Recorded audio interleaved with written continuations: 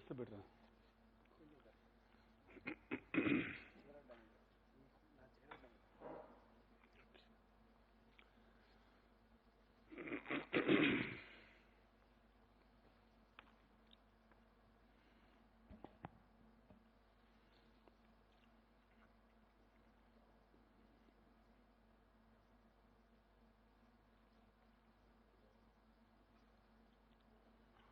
ఈ కాపీస్ ఇవ్వగలుగుతారు కదా, బెటర్ ఇచ్చేయండి. అవేం చేయాలి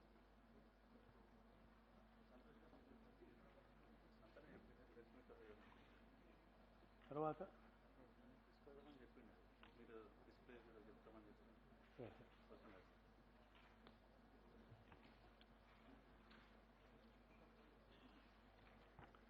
లేటెస్ట్ మనకు వచ్చినటువంటి రిపోర్ట్స్ ప్రకారంగా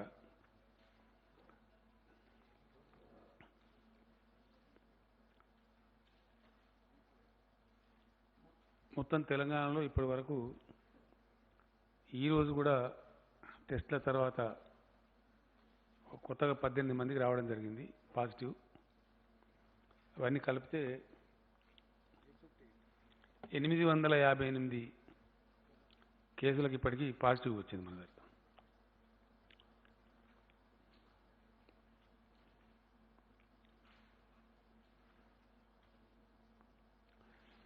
ఇందులో ఒక 21 మరణాలు సంభవించినవి.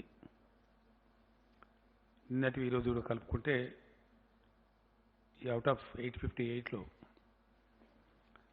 186 మంది మన దగ్గర నుంచి కోలుకొని అన్ని పరీక్షల తర్వాత వాళ్ళు డిశ్చార్జ్ కావడం జరిగింది. ఇప్పుడు చికిత్సలో మన దగ్గర ఉన్న వాళ్ళు 651 మంది ఉన్నారు. సీరియస్ ఏం లేవు కదా, సీరియస్ ఉందా? ఛాన్స్ లేదు అంటే మామూలుగానే కదా, లేదు కదా. 4 వీళ్ళు కలిసిండ్రా? ఇందులో అంత భయంకరమైన పరిస్థితి ఎవరికి కూడా లేదు. అందరూ కోలుకొని మంచిగా మన దగ్గర నుంచి డిశ్చార్జ్ కావాలని చెప్పి మనం కూడా భగవంతుని ప్రార్థిస్తా ఉన్నాం. ఇవి ఇచ్చిండ్రమ్మా, ఇవి వచ్చినాయి కదా మనకి డీటెయిల్స్ అండి. ఒక 4 జిల్లాలేమో 0 ఉంది మనకి out of 33. Warangal rural, Yadadri Bhuvanagiri, Wanaparthy, Siddipet. ఇక్కడ కేసెస్ లేవు మనకి, ఫ్రీ ఆఫ్ కరోనా ప్రాబ్లం ఉన్నాయి అవి. తర్వాత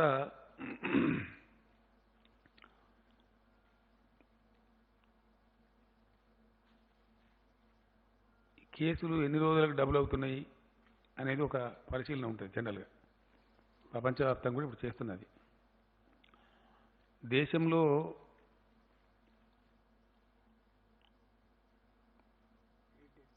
ఎనిమిది రోజులకోసారి ఉన్న స్టేజ్ల సంఖ్య డబుల్ అవుతా ఉంది.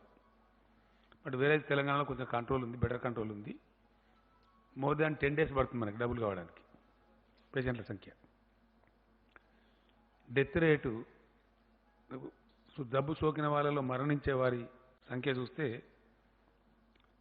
కంట్రీ స్థాయిలో 3.22% ఉంది. తెలంగాణకు వచ్చేటప్పటికి 2.44% ఉంది. డెత్ రేట్లో కూడా మనం కొంచెం తక్కువనే ఉన్నాం. మిలియన్ కేసులకు ఎంతమందిని పరీక్షిస్తున్నారు, 1 మిలియన్ మందిలో అని కంపారిజన్ చేస్తే ఇండియా స్థాయిలోనేమో పర్ మిలియన్ 254 మందిని పరీక్షిస్తూ ఉన్నారు. మన దగ్గర 375 మెంబర్స్ మనం టెస్ట్ చేస్తూ ఉన్నాం. టెస్ట్లో కూడా మనం కంట్రీ యావరేజ్ కంటే చాలా ఎబోవ్ ఉన్నాం. ఈ విధంగా ప్రయత్నాలు జరుగుతున్నాయి. వీటన్నిటి మధ్య ఇట్లా వచ్చింది. దీని తదనంతరం లాస్ట్ పేజ్లో మీరు చూడొచ్చు, మీ దగ్గర వివరాలని. స్టార్టింగ్లో మనకు కొంచెం వైద్య సిబ్బందికి ఇతరత్ర అవసరమయ్యేటువంటి మెడికల్ ఎక్విప్మెంట్ తక్కువ ఉండేది మన దగ్గర. దేశంలో ఏ రాష్ట్రానికి కూడా ఇటువంటి జబ్బులు ఎదుర్కొనేటువంటి అలవాటు ఇంతకుముందు లేదు కాబట్టి, ఇంత ఉత్పాతం లేదు కాబట్టి కొంచెం తక్కువ అలవాటు ఉండేది. దానివల్ల ఈ ఎక్విప్మెంట్ అందుబాటులో ఉండేది కాదు. ఫస్ట్ ప్రెస్ కాన్ఫరెన్స్లో ఈవెన్ ప్రైమ్ మినిస్టర్ గారు కూడా అదే చెప్పినారు. తర్వాత ఎక్కడికక్కడ రాష్ట్రాలు కేంద్రం మేల్కొని ప్రయత్నాలు ముమ్మరం చేసిన తర్వాత పూర్తి స్థాయిలో ఈ ఎక్విప్మెంట్ మనకు వచ్చిన్నది. నేను లాస్ట్ టైం ప్రెస్ కాన్ఫరెన్స్లో చెప్పినట్టుగానే ఈ పీపీఈ కిట్స్ కానీ N95 మాస్క్ కానీ ఇవి మనకు వస్తూ ఉన్నాయి కంటిన్యూస్గా. వీటిని 10 లక్షల సంఖ్య కూడా తీసుకుపోవడానికి మినిస్టర్ గారు ప్రయత్నాలు జరుగుతున్నాయి. హెల్త్ మినిస్టర్ గారు ఎవ్రీడే పర్సనల్ గా మానిటర్ చేస్తూ ఉన్నారు. షార్ట్లీ మనకు అవసరానికి చాలిన అక్కడ కొంచెం ఎక్కువ కూడా ఎటువంటి విపత్కర పరిస్థితి వచ్చినా ఎదుర్కోవడం ఈ ఎక్విప్మెంట్ పూర్తి స్థాయిలో తీసుకుంటూ ఉన్నారు. ప్రస్తుతం ఈ జబ్బును సాధ్యమైనంతలో కంట్రోల్ చేయడానికి వినియోగించబడుతున్న మందులు ఏవైతే ఉన్నాయో అవి కూడా ఇప్పుడు ప్లెంటీ ఉన్నాయి మన దగ్గర. మీకు నేను ఇచ్చిన లీఫ్లో వివరాలన్నీ ఉన్నాయి. ఏ ట్యాబ్లెట్స్ ఎన్ని ఉన్నాయని కూడా ఉంది. సో ఈ విషయం ఈ విధంగా మనం ముందుకు పోతా ఉన్నాం. ల్యాబొరేటరీస్ కానీ మన టెస్టింగ్ కెపాసిటీ కానీ అన్ని వివరాలు మీకు ఇచ్చిన పేపర్స్లో ఉన్నాయి. మీరు ఒకసారి చూస్తే మీకు ఐడియా వచ్చేస్తుంది. ఇది మాత్రమే చేస్తూ మిగతా సేవలు నిలిపివేయకుండా మన హెల్త్ డిపార్ట్మెంట్ వాళ్ళు చెప్పడం జరిగింది. నేను ఫస్ట్ డేనే వాళ్ళకి చెప్పడం జరిగింది సీరియస్గా. ప్రసవానికి సిద్ధంగా ఉన్నటువంటి పర్టికులర్లీ ప్రసవానికి కష్టం అవుతుంది కాబట్టి అన్ని లాక్డౌన్ చేస్తున్నాం కాబట్టి అమ్మఒడి వాహనాలు పెట్టడం, వాళ్ళని సురక్షితంగా హాస్పిటల్ తేవటం, డెలివరీ చేసి మళ్ళీ సురక్షితంగా పంపించడం, ఇట్లాంటివన్నీ కూడా చాలా పకడ్బందీగా చర్య చేయమని చెప్పినాం. మిగతా ఈ తలసేమియా కానీ కిడ్నీ పేషెంట్ల యొక్క వాళ్ళకి అందించాల్సిన డయాలసిస్ సేవలు కానీ ఇవన్నీ కూడా చాలా పకడ్బందీగా చేయమని చెప్పినాం. ఎంతమందికి చేసింది అనేది మీ దగ్గర ఆ పేపర్లో వివరాలని, కీమోథెరపీ కావచ్చు, క్యాన్సర్ పేషెంట్లు కావచ్చు, కిడ్నీ పేషెంట్లు కావచ్చు, వాళ్ళకు కూడా ఇబ్బంది కలగకుండా సేవలు అందిస్తూనే ఉన్నారు. ఆ విధంగా జరుగుతూ ఉంది.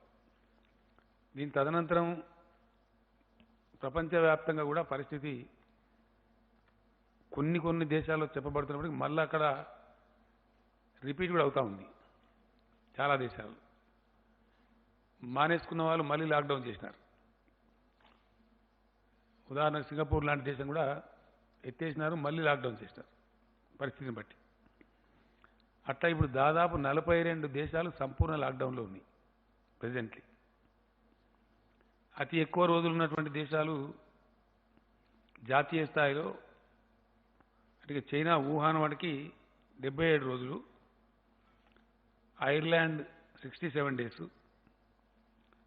ఫ్రాన్స్ 55 డేసు, ఆస్ట్రేలియా 54 రోజులు, మలేషియా 46 రోజులు, నెదర్లాండ్స్ 44 రోజులు, లిథువేనియా 43 రోజులు, పెరు 42 రోజులు, ఇట్లా చాలా దేశాలు ఆస్ట్రేలియా ఇట్లా ఉన్నాయి. వివరాలన్నీ మొత్తం మీద 42 దేశాలు చాలా రోజులుగా ఉన్నవి.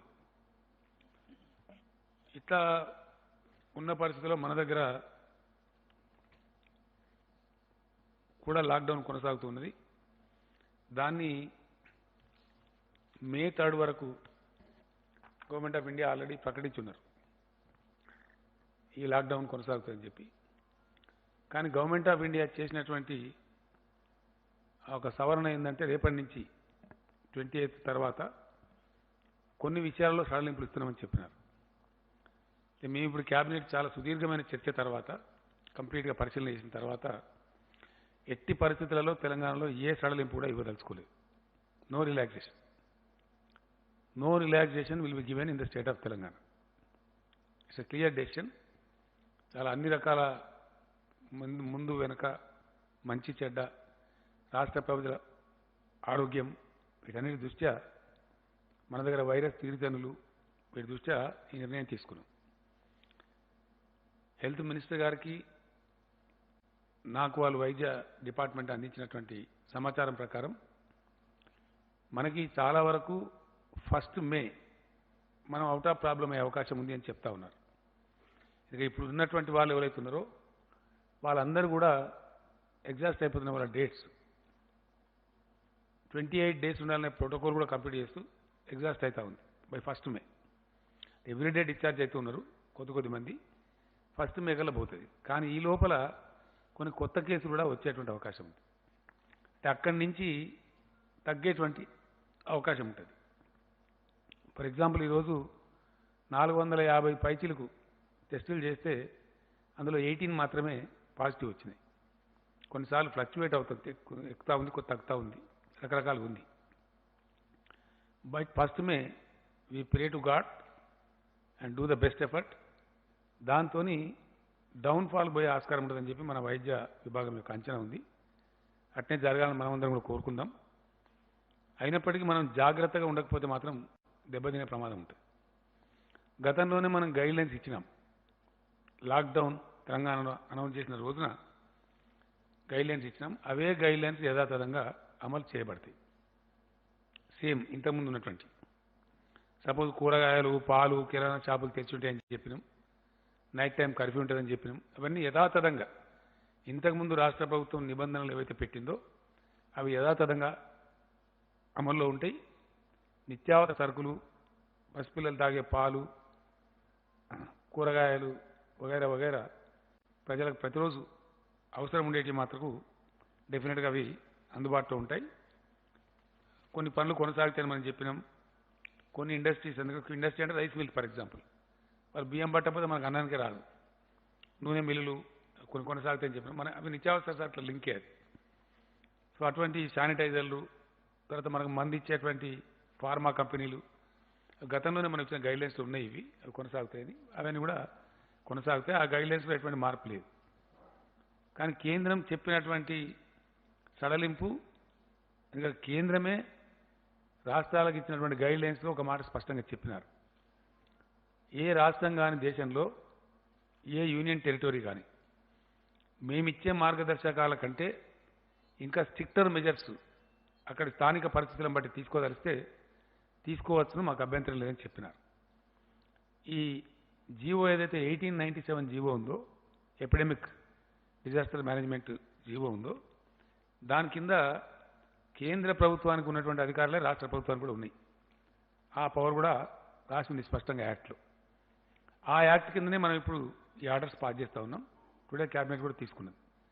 మన రాష్ట్రంలో 3 భాగాలకు ఇది ఉండేది. ఒకటి విదేశీ ప్రయాణికులు. ఆ చాప్టర్ 100% సుఖాంతమైంది. ఇప్పుడు అందులో ఎవరు చనిపోలేదు. ఇనీషియల్లీ 32 ఉండే నంబరు, అది కొంచెం పెరిగి 64 అయిన ఉండే. కంప్లీట్ ప్రోటోకాల్ ప్రకారం 100% వాళ్ళంతా డిశ్చార్జ్ అయిపోయినారు. ఆ సమయంలో మన దగ్గర క్వారంటైన్లో ఉన్న 26,000 మంది కూడా క్షేమంగా అంతా డిశ్చార్జ్ అయిపోయినారు. ఆ తర్వాత వచ్చినటువంటి నిజాముద్దీన్ ద్వారా వచ్చిన ప్రాబ్లమే మన కంటిన్యూ అవుతూ ఉంది. వాళ్ళు, వాళ్ళ ఫ్యామిలీ మెంబర్సు, వాళ్ళ సెకండరీ కాంటాక్టు, వాళ్ళు తిన్న చోట, కూర్చున్న చోట రకరకాలుగా వస్తూ ఉన్నాయి కేసులు. కాబట్టి దాన్ని మనం కంటిన్యూ పరిశోధన చేస్తూ ఉన్నాం. అది ఎక్కడ కట్ అయితే అక్కడ ఆల్మోస్ట్ మనకు సమస్య ఆగిపోయే పరిస్థితి ఉంటుంది. అదర్వైజ్ వేరే ఇంకే రకమైన కేసులన్నీ ఉన్నాయంటే ఒక 13-14 ఫ్రగైల్ కేసెస్ ఉన్నాయి. వాటిని సెర్చ్ చేస్తూ ఉన్నారు. వాళ్ళని తెచ్చి అడ్మిట్ చేసినారు. వాటిని ఆ నంబర్ పెద్దగా లేదు. అటువంటి సూచనలు కూడా మనకి ఎక్కడ పుటమరింపులు లేవు రాష్ట్రంలో. కాబట్టి దీనికి సంబంధించి మనకు బ్రేక్ కనుక దొరికితే చాలా వరకు మన రాష్ట్రం బాగుపడే అవకాశం ఉంటుంది. ఫర్దర్ కేసెస్ రాకుండా ఉండేదానికి కూడా ఆస్కారం ఉంటుంది. మనం అందరం కూడా భగవంతుని ప్రార్థిద్దాం అటువంటి సమయం రావాలని చెప్పి. కానీ ఎందుకైనా మంచిదని మనం ఈ సడలింపులు ఇవ్వటం లేదు. ఒకటి, మే 3 వరకు, అంతకుముందు తెలంగాణ ప్రభుత్వం పెట్టినటువంటి ఏప్రిల్ 30 గడువు ఉండనే ఉంది. దాని మీద భారత ప్రభుత్వం విధించినటువంటి గడువు మే 3 వరకు ఉంది. కాబట్టి మే 3 వరకు ఎలా ఉండి తీరుతుంది. నేను చాలా ఇంటెన్సివ్ సర్వే చేయించిన. మన క్యాబినెట్ మీటింగ్ కోసం ఏదైతే పిలిచినామో, డెసిషన్ తీసుకోవాలి కాబట్టి జనంలోకి సర్వేలు పంపించినాం. ఆల్మోస్ట్ 94-95% మంది ఖచ్చితంగా ప్రజల అవసరం దృష్ట్యా, ప్రజల ఆరోగ్యం దృష్ట్యా, ప్రజల క్షేమం దృష్ట్యా కఠినంగానే ఉండాలి, లాక్డౌన్ పొడిగించాలి అనే మాట సర్వేలో చాలా స్పష్టంగా వచ్చింది. అభిప్రాయ సేకరణ చేసినాం. దానిలో కూడా చాలా స్పష్టంగా వచ్చింది. కొన్ని టీవీ ఛానల్స్ వాళ్ళు కూడా చాలా విస్తృతమైనటువంటి చర్చ పెట్టినారు. వాళ్ళు ఎలక్ట్రానిక్ సర్వే చేసినారు, టీవీ నుంచి కూడా అడిగినారు, రకరకాలుగా ప్రయత్నాలు చేసినారు. అక్కడ కూడా 92% ఆల్మోస్ట్ వాళ్ళకు కూడా ఉదాహరణకు ఎన్టీవీ వాళ్ళు ఒకటి చేసినారు, టీ న్యూస్ వాళ్ళు ఒకటి చేసినారు. నేను అనుకోవటం బహుశా TV9 వాళ్ళు కూడా చేసినట్టుంది. ఎన్టీవీ చేసిన దానిలో 92% వరకు ఆల్ కైండ్స్ ఆఫ్ సర్వీస్ కలిపి లాక్డౌన్ పొడిగించాలని వచ్చింది. ఎక్కడి నుంచి చూసినా ఏ తర్వాత నమస్తే తెలంగాణ పేపర్ వాళ్ళు కూడా చేసినారు. వాళ్ళు కూడా ఇంచుమించు 1-2% అటు ఇటుగా ఇదే అభిప్రాయం ఇచ్చినారు. ఇతర పత్రికలలో వచ్చినటువంటి న్యూస్ కానీ ప్రజలు వెలువరించినటువంటి అభిప్రాయాలు కానీ ఇంచుమించుగా ఇదే ఉంది. నేను వ్యక్తిగతంగా కూడా అనేక మందితో మాట్లాడడం జరిగింది. కొంతమందికి అడిగి ఆ జిల్లాలో 4 పేర్లు ఇవ్వమని చెప్పి, ఆ నియోజకవర్గంలో 4 పేర్లు ఇవ్వమని వాళ్ళని అడిగినాను, క్రాస్ సెక్షన్ పీపుల్. నేను భయంగా మాట్లాడిన దానిలో అడ్వకేట్స్ ఉన్నారు, డాక్టర్స్ ఉన్నారు, రైతులు ఉన్నారు, కూలీలు ఉన్నారు, అన్ని రకాల వాళ్ళు ఉన్నారు, యంగ్స్టర్స్ కూడా ఉన్నారు. ముక్త కంఠంతో నాకైతే నేను అడిగిన ప్రతి వ్యక్తి సుమారు నేను ఒక 70-80 మందితో మాట్లాడినాను. 10 పాత జిల్లాలలో ఒక్కొక్క జిల్లాలో 7, 8, 10 మందితో కూడా మాట్లాడినాం. ఆల్మోస్ట్ తెల్లారు ఒక మాట్లాడినాం, 100 మంది దాకా మాట్లాడినాం. 100% చెప్పినారు. వాళ్ళు అడిగింది ఏంటంటే లాక్డౌన్ ఎత్తివేసినా సడలింపు చేసినా ఎందువల్ల చేస్తున్నట్టు, వ్యాధి తగ్గిందా, ఎందువల్ల చేస్తున్నట్టు వాళ్ళు క్వశ్చన్ నన్నే అడిగినారు. రెండవది చాలా స్పష్టంగా చెప్పినారు, ఎట్టి పరిస్థితులలో కొనసాగించాల్సిందే, అవసరమైతే మే నెలాఖరు దాకా కూడా కొనసాగించండి, ఇందులో కాంప్రమైజ్ కావద్దు అని కూడా చెప్పిన వాళ్ళు చాలామంది ఉన్నారు. ఇప్పుడు మేము ఈ రాష్ట్ర కేబినెట్ ఈరోజు మంచి చెడ్డ అని చూసుకున్న తర్వాత నిర్ణయం తీసుకున్నది ఏంటంటే మే 7th వరకు లాక్డౌన్ పొడిగిస్తా ఉన్నాం. 3rd వరకు ఎట్లాగుంది దానికి ఒక 4 రోజులు కలిపి lockdown will be continued in the state of Telangana up to May 7th. 7th నాడు రిలీజ్ కాదు, 8th నాడు రిలీజ్ అవుతుంది. 7th కూడా లాక్డౌన్లోనే ఉంటుంది. నేను ఇందాక చెప్పినట్టు గతంలో ఉన్న నిబంధనలే ఉంటాయి. నైట్ కర్ఫ్యూ అట్లాగే ఉంటుంది. చాలా కఠినంగా వ్యవహరించాలని చెప్పి నిర్ణయించుకున్నాం. ఎందుకంటే నిమిషానికంటే మళ్ళీ బాగుండదు. ఈ విషయాన్ని పూర్తిగా సమీక్షించడం కోసం May 5th నాడు మళ్ళీ కేబినెట్ సమావేశం అనుకున్నాం. May 5th నాటికి ఏం పరిస్థితులు ఉంటాయి, ప్రపంచంలో ఏం పరిస్థితి ఉంటుంది, దేశంలో ఏం పరిస్థితి ఉంటుంది, మన రాష్ట్రం ఏ పరిస్థితికి మనం చేరుకుంటాం, వాటన్నిటిని బట్టి ప్రజలు కూడా ఏ మూడ్లో ఉంటారు, ప్రజల ఆలోచన సరళ ఎట్లా ఉంటుంది, వాటన్నిటిని బట్టి భవిష్యత్తు నిర్ణయం తీసుకోవచ్చని చెప్పి 5th May నాడు మళ్ళీ మంత్రివర్గ సమావేశం ఉంది. ఆ విధంగా మనం ముందుకు పోదామని అనుకున్నాం. కంటైన్మెంట్ జోన్స్ ఏవైతే ఉన్నాయో అక్కడ చాలా కఠినంగా వ్యవహరించాల్సిన అవసరం ఉంది. నేను డీజీపీ గారిని ప్రత్యేకంగా కూడా కోరినాను. I humbly request all the police officers in the state.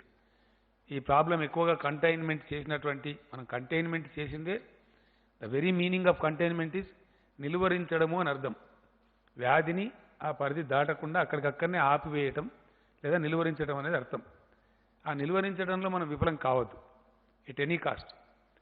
చాలామంది తిరిగినారు, ఆరోగ్య మంత్రి గారు, మున్సిపల్ మంత్రి గారు, మా చీఫ్ సెక్రటరీ గారు, డీజీపీ గారు, అర్బన్ డెవలప్మెంట్ సెక్రటరీ గారు, చాలామంది ఆ కంటైన్మెంట్ ఏరియాస్లో తిరిగినారు, ప్రజలకు చెప్పినారు ఎందుకు కంటైన్ చేయాల్సి వచ్చింది, సమస్య ఏంటి అని చెప్పినారు.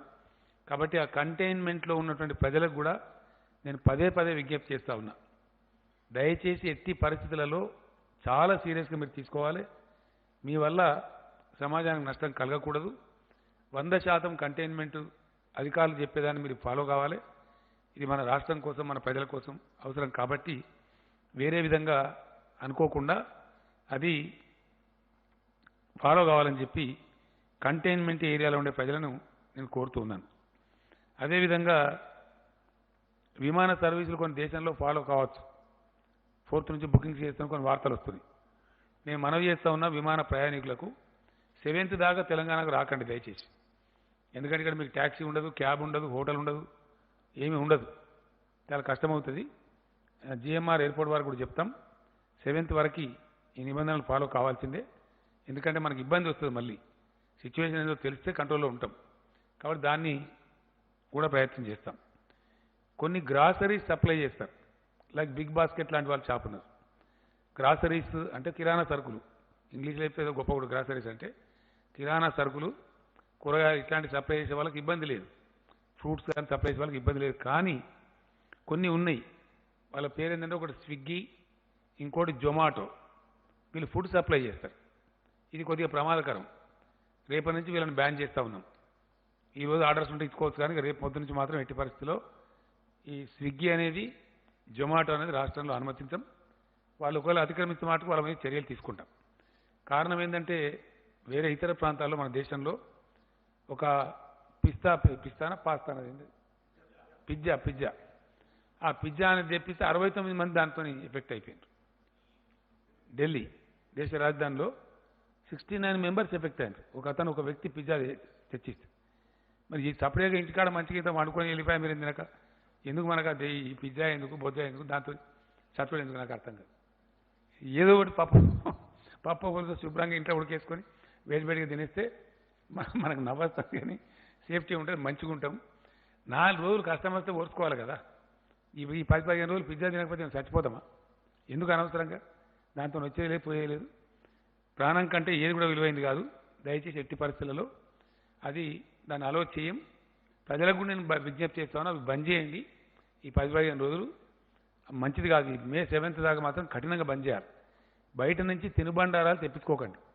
మీకు అత్యవసరమైతే కిరాణా సరుకులు తెప్పించుకోండి, కూరగాయలు తెప్పించుకోండి, అంత అత్యవసరం ఉంటే అంతవరకు కానీ చేయదు దయచేసి. పండగలు, ప్రార్థనలు ఎట్టి పరిస్థితుల్లో ఎవరైనా సరే ఇండ్లనే చేసుకోవాలి. అది రంజాన్ కానీ, హిందువులు కానీ, క్రైస్తవులు కానీ, ఎవరైనా కానీ దయచేసి ఏ ఒక్క వర్గానికో ఏ ఒక్క మతానికో ఇది పరిమితం కాదు. Everybody has to follow the rule very strictly. సామూహిక ప్రార్థనలు అనుమతించబడవు. అన్ని లాక్డౌన్ అయిపోయినాయి. నాకు చాలా సంతోషం. మొన్న ఓల్డ్ సిటీలో మన ఫేమస్ మస్జిద్ మక్కా మస్జిద్లో కూడా కేవలం ఇమాం సాబ్తో ఒక 2-3 ఉండే ప్రార్థన చేసినారు. మన జుమ్మా మస్జిద్ కూడా. ఆ ట్రెండ్ చాలా మంచిది మనకి. కాబట్టి అందరూ కూడా అదే ఫాలో కావాలి. అన్ని ఆలయాలు మూసేసినారు. తిరుపతి దేవస్థానం మూసేసినారు, శ్రీశైలం మూసేసినాం, మన దగ్గర వేములవాడ మూసేసినాం, యాదాద్రి మూసేసినాం, భద్రాచలం మూసుకున్నాం. ఈవెన్ శ్రీరామ నవమి పట్టాభిషేకం కూడా జరుపుకోలేదు మనం. ఇవన్నీ కూడా కళ్యాణం, స్వామివారి కళ్యాణమైన లిమిటెడ్గా చేసుకున్నాం. కాబట్టి ఎవరమైనా మినహాయింపు లేకుండా దయచేసి any religious congregation is not allowed. ఏ మతం యొక్క సామూహిక కార్యక్రమాలు అనుమతించబడవు. ఆ విషయంలో చాలా స్ట్రిక్ట్గా ఉంటారు. 100% దాన్ని అందరూ కూడా ఫాలో కావాల్సిందే. కాబట్టి ఆ రకంగా ముందుకోవాల్సినటువంటి అవసరం ఉంటుంది. మనం భవిష్యత్తు దృష్ట్యా, ప్రజల యొక్క ఇంట్రెస్ట్ దృష్ట్యా ఈ చర్యలు తీసుకోక తప్పదు. కాబట్టి దాన్ని అన్నిదా భావించద్దు. ఆ విధంగానే అందరు దయచేసి సహకారం చేయాలి. ఇప్పటిదాకా మంచి సహకారం అందిస్తూ ఉన్నారు ప్రజలు, చాలా సంతోషం. ప్రజాప్రతినిధులు కూడా అందరూ పాల్గొంటూ ఉన్నారు. విశేషించి గ్రౌండ్లో ఉండే ప్రజాప్రతినిధులు చాలా బాగా పనిచేస్తూ ఉన్నారు. వ్యవసాయ కొనుగోళ్లకు సంబంధించి కూడా మంచి కోఆర్డినేషన్ జరుగుతూ ఉంది. వ్యవసాయ మంత్రి గారు కూడా నిరంజన్ రెడ్డి గారు కొన్ని జిల్లాలు పర్యటన చేశారు. టైం బాగాలేకున్నా కొన్ని చోట్ల వారు కూడా స్వయంగా కొనుగోలు కేంద్రాలు ప్రారంభించారు. వారితో పాటు అన్ని జిల్లాల మినిస్టర్స్ ఈ కొనుగోలును పర్యవేక్షిస్తూ ఉన్నారు. చాలా ఎఫెక్టివ్గా జరుగుతూ ఉంది, బాగా జరుగుతూ ఉంది. చాలా సంతోషం. అయితే అదేవిధంగా జరగాలి. శానిటైజేషన్, పారిశుద్ధ్యం చాలా బాగా నిర్వహిస్తూ ఉన్నారు. ఆ క్లోరిన్ ద్రావకాన్ని కూడా పిచికారీ చేయించడంలో మన సర్పంచులు, మన గ్రామ పంచాయతీ సిబ్బంది, మన మున్సిపాలిటీలు, మున్సిపల్ సిబ్బంది, అధికారులు అద్భుతంగా పనిచేస్తూ ఉన్నారు.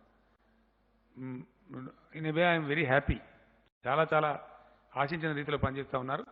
సర్పంచులు, స్థానిక సంస్థల ప్రతినిధులు, municipal corporators, councillors, chairmans, mayors అందరూ కూడా శక్తివంచన లేకుండా పనిచేస్తూ ఉన్నారు. 2-3 విషయాలలో స్టార్టింగ్లో కొంత ఇన్యాక్టివ్ ఉన్నా ఇప్పుడు మటుకు ఎవ్రీబడి ఈజ్ యాక్టివ్. ఈ పారిశుద్ధ్య పనులే కాకుండా వాళ్ళ ఊళ్ళను కాపాడుకోవడమే కాకుండా కంటైన్మెంట్ జోన్స్ను మెయింటైన్ చేయడమే కాకుండా సోషల్ వెల్ఫేర్ కూడా ఎవరైనా ఇతర రాష్ట్రాల వాళ్ళు ఉన్నా, ఎవరైనా లేని పేదవాళ్ళు ఉన్నా బాగా ఆదుకుంటూ ఉన్నారు. ఎక్కడికక్కడ అన్నదానం చేయడం కానీ, నిత్యావసరాల సరుకులు పంపిణీ చేయడం కానీ చేస్తూ ఉన్నారు. కొన్ని సంస్థలు కూడా దాతృత్వ విధానంలో ముందుకొచ్చి వాళ్ళు కూడా చేస్తూ ఉన్నారు. అటువంటి దాతలకి, దాతృత్వం ప్రదర్శించిన వాళ్ళందరికీ కూడా నేను హృదయపూర్వకమైనటువంటి ధన్యవాదాలు, కృతజ్ఞతలు కూడా తెలియజేస్తా ఉన్నా. అదే స్పిరిట్తో కొనసాగండి. మన రాష్ట్రంలో ఎవరొక్కరు ఉపాసం ఉన్నా మనకు మర్యాద కాదు, మన గౌరవం కాదు.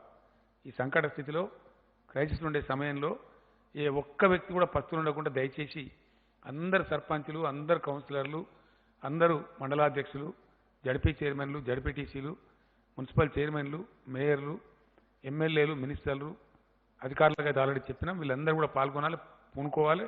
ఎక్కడ ఒక వ్యక్తి దయచేసి ఉపవాసం ఉండద్దు, ఎక్కడ ఒక వ్యక్తి ఆరోగ్యం కోసం కూడా ఇబ్బంది పడద్దు. 0-100కు మేము డయల్ చేయమని చెప్పినాం, చేస్తూ ఉన్నారు కొంతమంది. పోలీసు కూడా ఎఫెక్టివ్గా వాళ్ళని ఆదుకుంటూ ఉన్నారు. అదేవిధంగా కొనసాగాలని చెప్పి నేను కోరుతూ ఉన్నాను. ప్రజాప్రతినిధులు, ఉద్యోగులు వీళ్ళకి ఇచ్చినటువంటి వేతనాలు ఏవైతున్నాయో గతంలో ఇచ్చిన వేతనాలు ఇప్పుడు కూడా ఈ మంత్ కూడా ఇవ్వబడతాయి. ఏప్రిల్ నెల వేతనాలు కూడా అట్లనే ఇవ్వబడతాయి. 50% కోత వాళ్లకు, 75% కోత ప్రజాప్రతినిధులకు ఉంటుంది. అదేవిధంగా కొనసాగుతుంది. పెన్షనర్స్ ఎవరైతే ఉన్నారో దాంట్లో ఒక 1,11,000 కుటుంబాలు సెకండ్ పెన్షనర్స్ ఉన్నారు పాపం. వాళ్ళు అంటే పెన్షనర్, ఒరిజినల్ పెన్షనర్ చనిపోయి వాళ్ళ భార్యలో స్పౌస్ ఉన్న కేసులో ఫ్యామిలీ పెన్షన్ అంటారు దాన్ని. ఫ్యామిలీ పెన్షన్ స్వీకరించే వాళ్ళు మన రాష్ట్రంలో 1,11,000 కుటుంబాలని. అయితే వాళ్ళకు ఒరిజినల్ పెన్షన్ వచ్చే దాంట్లో 50% వాళ్ళకు వస్తుంది. వాళ్ళ నుంచి కొన్ని విజ్ఞప్తులు వచ్చినాయి, మాకు సరిపోవడం లేదు, దయచేసి పొడిగించమని చెప్పినారు. సో పెన్షనర్లందరికీ కూడా 75% శాలరీ, ఇంతకుముందు 50% అనుకున్నాం, వాళ్ళకి 75% శాలరీ ఇవ్వడం జరుగుతుంది ఏప్రిల్ మాసానికి. వాళ్ళ ఇబ్బంది కొంత దూరం అయ్యేటువంటి అవకాశం ఉంటుంది. అదేవిధంగా వైద్య సిబ్బంది, మున్సిపల్ సిబ్బంది, హెచ్ఎండబ్ల్యూఎస్ సిబ్బంది, గ్రామ పంచాయతీ పారిశుద్ధ్య సిబ్బందికి ఇచ్చే నగదు ప్రోత్సాహకం ఏదైతే గతంలో ఇచ్చినామో ఏప్రిల్ మాసానికి కూడా ఆ ప్రోత్సాహకం కొనసాగుతూ ఉంటుంది. ఆ 10% గ్రాస్ శాలరీ మీద ఏదైతే ఇవ్వమని చెప్పినామో ఏప్రిల్ మంత్ శాలరీ కూడా వాళ్ళకు ఇవ్వడం జరుగుతుంది. వారితో పాటు చాలామంది పోలీస్ సిబ్బంది అద్భుతంగా పనిచేస్తూ ఉన్నారు, రాత్రింబవలు కృషి చేస్తూ ఉన్నారు. వారు కంటి మీద నిద్ర లేకుండా కూడా పనిచేస్తున్న సందర్భాలు చాలా ఉన్నాయి. వాళ్ళు లైఫ్ రిస్క్ చేసి ఎండనక వాననక తిండి ఉండి లేక పనిచేస్తున్నారు. పోలీస్ సిబ్బంది కూడా ఈ నెల శాలరీ ఇచ్చేటప్పుడు 10% వాళ్ళు కూడా గ్రాస్ శాలరీ మీద సీఎం గిఫ్ట్ కింద ఇవ్వమని ఈరోజు క్యాబినెట్ డిసైడ్ చేసింది. పోలీస్ సిబ్బందికి కూడా ఆ యొక్క సదుపాయాన్ని ఎక్స్టెండ్ చేస్తున్నాం. మనకు విద్యుత్ కార్మికులు రాత్రింబవళ్ళు పనిచేసి వాళ్ళు జనరేషన్లో కావచ్చు, ట్రాన్స్మిషన్లో కావచ్చు, డిస్ట్రిబ్యూషన్లో కావచ్చు చాలా అద్భుతంగా పనిచేస్తూ ఉన్నారు. వాళ్ళు చేసినారు కాబట్టి గొప్ప పంటలు పండినాయి రాష్ట్రంలో. మనకు 24 అవర్స్ క్వాలిటీ పవర్ సప్లై కూడా వస్తూ ఉంది. ఈ శాఖలో అందరూ కూడా కీలకమైన అధికారులే. కాకపోతే చిన్న స్థాయి ఉద్యోగులు చాలా పెద్ద సంఖ్యలో ఉన్నారు. వాళ్ళను O&M సిబ్బంది అంటారు, ఆపరేషన్ అండ్ మెయింటెనెన్స్ సిబ్బంది అంటారు. వారితో పాటు కొంతమంది ఆర్టిజాన్స్ కూడా ఉంటారు. ఎలక్ట్రిసిటీ దాంట్లో పనిచేసేటువంటి O&M సిబ్బంది, ఆర్టిజాన్స్ కలిపి మన రాష్ట్రంలో 34,512 మంది ఉన్నారు.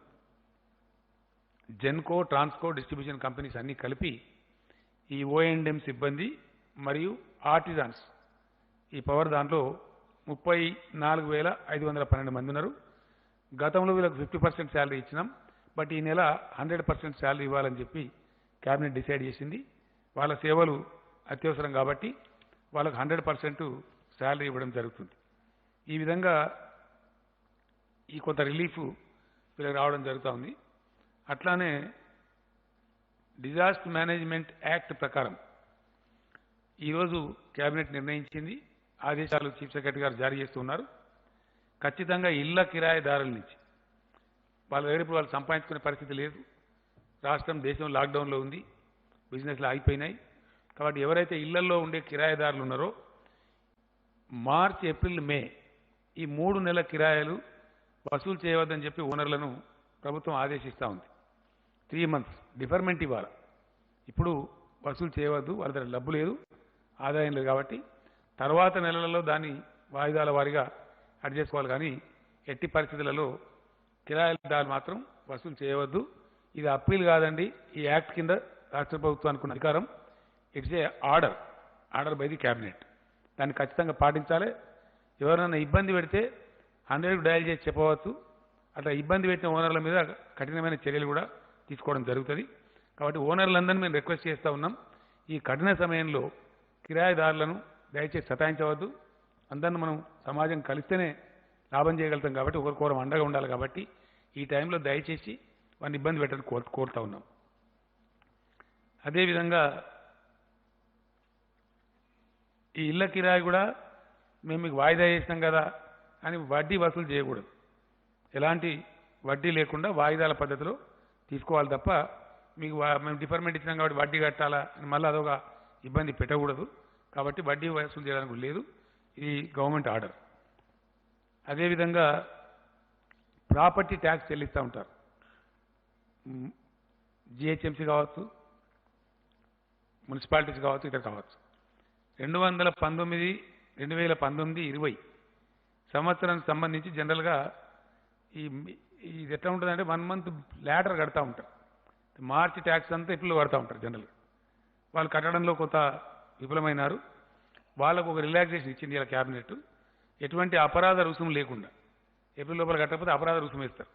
అపరాధ రుసుము లేకుండా 31st మే దాకా వాళ్ళకు ఛాన్స్ ఇవ్వడం జరిగింది. వాళ్ళు చెల్లించుకునే వాళ్ళు దానిలో ఎటువంటి పెనాల్టీ లేకుండా చెల్లించుకునే అవకాశం ఉంటుంది.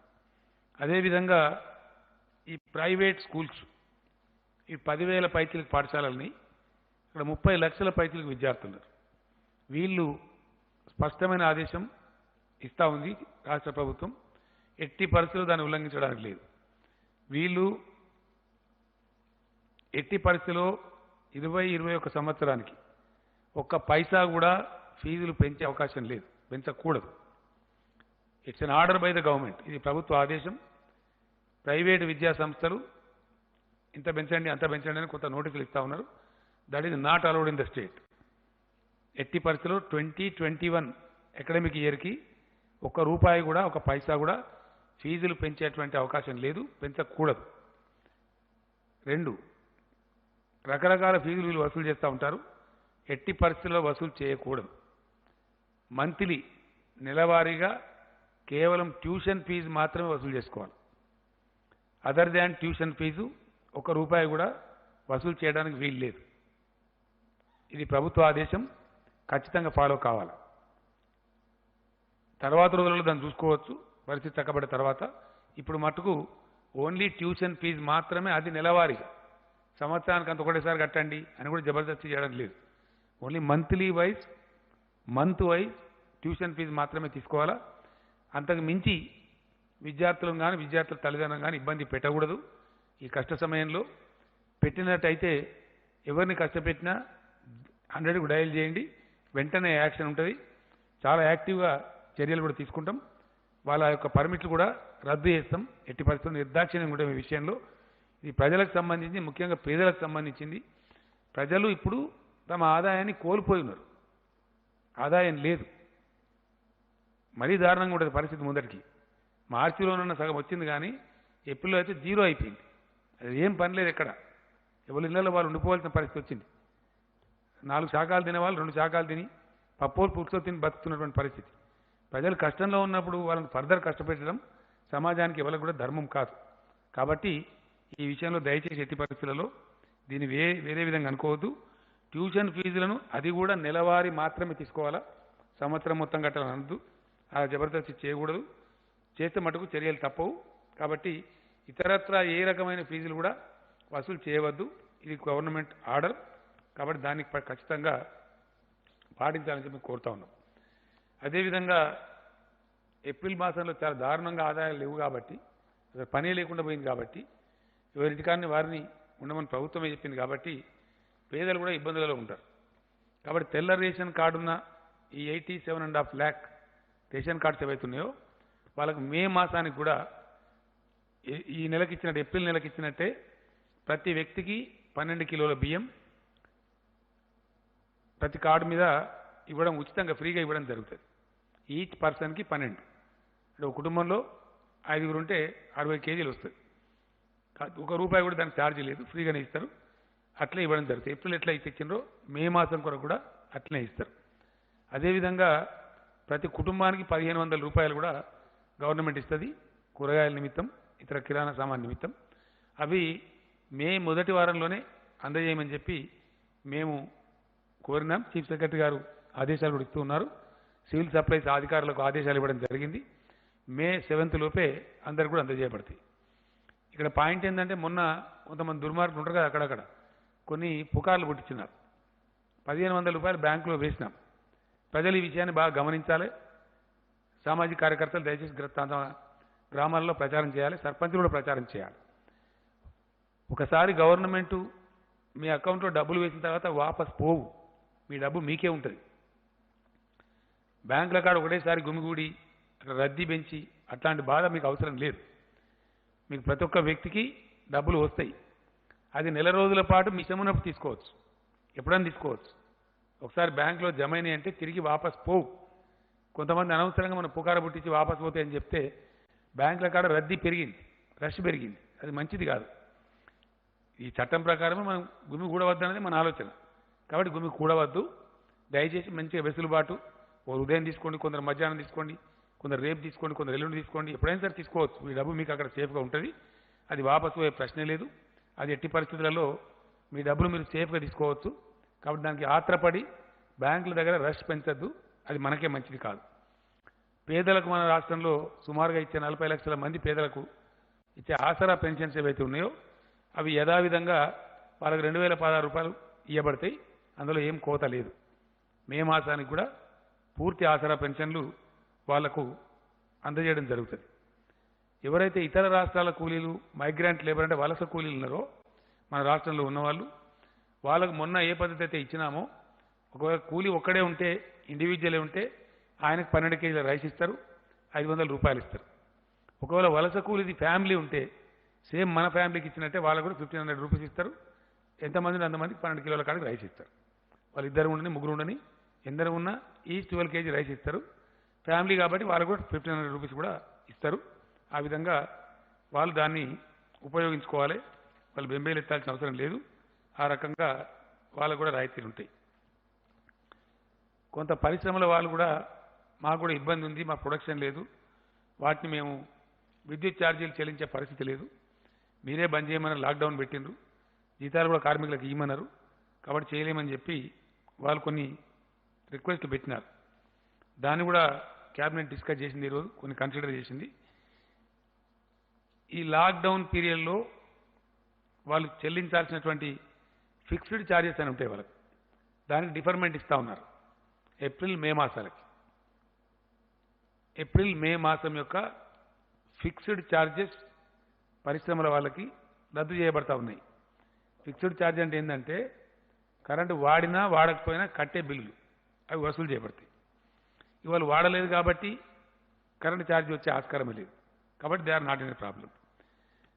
గతంలో ఎవరైనా ఇప్పుడు బిల్లులు సకాలంలో ఒకవేళ చెల్లిస్తామంటే ఒక 1% వాళ్ళకి రిబేట్ కూడా ఇస్తారు. ఇప్పుడు అదేవిధంగా లాక్డౌన్ పీరియడ్లో ఎవరైతే కొన్ని పరిశ్రమలు జరిగేవి పవర్ ఛార్జెస్ ఉంటాయో సకాలంలో వాళ్ళు చెల్లించినట్టయితే, లైక్ ఫార్మా ఇండస్ట్రీ మనం పర్మిట్ చేసినాం, రైస్ మిల్ మనం పర్మిట్ చేసినాం, ఇట్లా కొన్ని ఉన్నాయి కదా, ఇతరత్ర వాళ్ళని నడుపుకొని చేసినా కూడా మనం పర్మిట్ చేసినటువంటివి, వాళ్ళు కూడా సకాలంలో బిల్ పే చేస్తే వాళ్ళకు కూడా 1% రిబేట్ కూడా ఇవ్వడం జరుగుతుంది.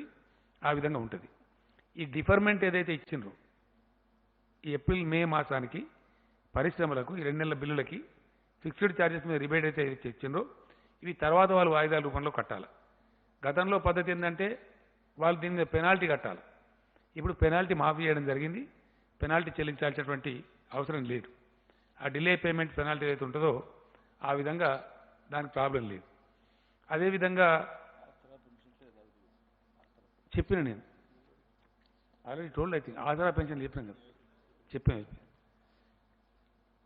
సో అదేవిధంగా వైద్య సిబ్బందికి నా యొక్క ధన్యవాదాలను తెలియజేస్తూ ఉన్నా. ఎందుకంటే చాలా మంచి పని వాళ్ళు చేస్తూ ఉన్నారు, స్థైర్యం కోల్పోకుండా అద్భుతంగా చేస్తూ ఉన్నారు. మీకు ఇచ్చిన దానిలో వివరాలని ఇప్పుడు వాళ్ళకు సిబ్బందికి ఎటువంటి ఇబ్బంది లేకుండా అన్ని ఎక్విప్మెంట్స్ కానీ మెడిసిన్స్ కానీ మంచి చెడ్డ అన్నీ కూడా ఉన్నాయి. ఇలా మెడికల్ డిపార్ట్మెంటు వాళ్ళకు మంచి వార్త ఏంటంటే ఈ గచ్చిబౌలి స్పోర్ట్స్ కాంప్లెక్స్ ప్రపంచవ్యాప్తంగా కూడా ఏమైందంటే రకరకాల దేశాలలో రకరకాల క్రీడలు జరుగుతూ ఉంటాయి, క్రీడోత్సవాలు కూడా జరుగుతూ ఉంటాయి. ఒలింపిక్స్ కావచ్చు, జాతీయ స్థాయి క్రీడలు కావచ్చు, రకరకాలు జరుగుతాయి. వాటిని ఏం చేస్తారంటే అక్కడ నిర్మించినటువంటి ఏషియాడ్ కూడా జరిగింది మన ఇండియాలో. ఇందిరాగాంధీ గారు ప్రైమ్ మినిస్టర్ ఉండే రోజుల్లో స్పోర్ట్స్ విలేజెస్ అని కడతారు. వచ్చిన క్రీడాకారులు వాళ్ళ వసతులు కల్పించాలని చెప్పి కడతారు. తర్వాత ఏం చేస్తారంటే వాటిని సమాజానికి ఉపయోగపడాలి కాబట్టి తీసేసి వేరియస్ గవర్నమెంట్ డిపార్ట్మెంట్స్ కానీ ఇస్తారు, లేకపోతే అమ్మేస్తారు. మన గచ్చిబౌలి స్టేడియం ప్రత్యేకమైన క్రీడల కోసం కట్టిందే. అప్పుడు 78 ఎకరాల జాగా వాళ్ళు తీసుకొని గవర్నమెంట్ నుంచి కట్టినారు. కొన్ని ఫ్లాట్స్ అమ్మేసినారు, కొన్ని విల్లాస్కు జాగాలు ఇచ్చినారు, అంత అయిపోయింది. ఈ మిగిలిన భవనం కూడా ఒకటి ఐడియల్గా పడి ఉండే. చాలాసార్లు మనం అనుకున్నాం, తెలంగాణ హైకోర్టు ఏర్పడినప్పుడు కూడా అవసరం కూడా ఆ బిల్డింగ్ వాడదాం అనుకున్నాం. జడ్జీలు కూడా పోయి అప్పుడు ఇన్స్పెక్షన్ కూడా చేసినారు. కానీ అది వాడలేదు. తర్వాత హైకోర్టు బైఫర్కేట్ అయిపోయింది. ఇప్పుడు ఆ స్పోర్ట్స్ కాంప్లెక్స్ను ఆ 14 అంతస్తులతో కూడుకున్న 540 రూమ్ల బిల్డింగ్ని హెల్త్ డిపార్ట్మెంట్ ట్రాన్స్ఫర్ చేయడం జరిగింది. క్రీడా శాఖ నుంచి హెల్త్ డిపార్ట్మెంట్కి ఇస్తూ ఇలా క్యాబినెట్ నిర్ణయం తీసుకున్నది. దాని కింద 9 ఎకరాల 16 గుంటల భూమి ఉంది. ఆ ల్యాండ్ కూడా హెల్త్ డిపార్ట్మెంట్ వారికే ట్రాన్స్ఫర్ చేసినాం. రేపటి నుంచి దాని హక్కులు హెల్త్ డిపార్ట్మెంట్ వారికే ఉంటాయి. అయితే అక్కడ ఇప్పటికే ఆరోగ్య శాఖ మంత్రి గారు, నా ప్రిన్సిపల్ సెక్రటరీ నరసింహరావు గారు వీరందరూ కూడా శ్రద్ధ వహించి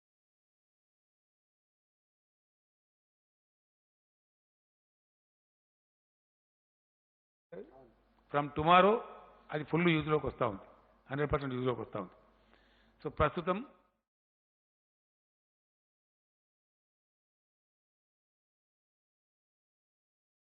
దానికి ఇంకో 10-15 ఎకరాల భూమిని కూడా జత చేస్తూ ఉన్నాం.